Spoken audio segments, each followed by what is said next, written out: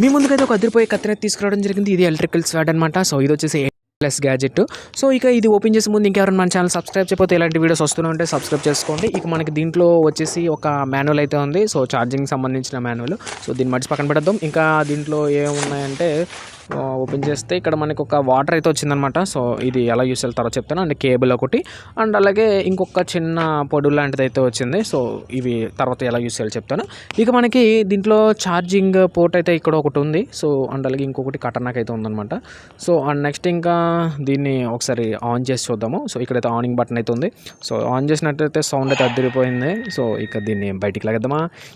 Yeah so చూసారా అద్దరిపోయింది.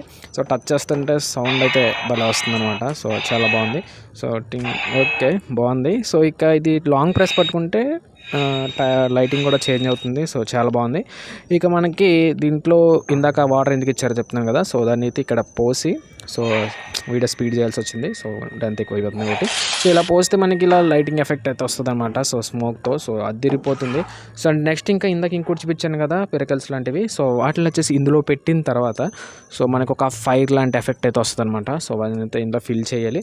So fill చేసిన తర్వాత ఇక్కడ దీన్ని ఒకసారి రీలోడ్ చేస్తే సో అదైతే సెట్ అవుతుంది అనమాట. సో ఈ విధంగా అయితే వస్తుంది.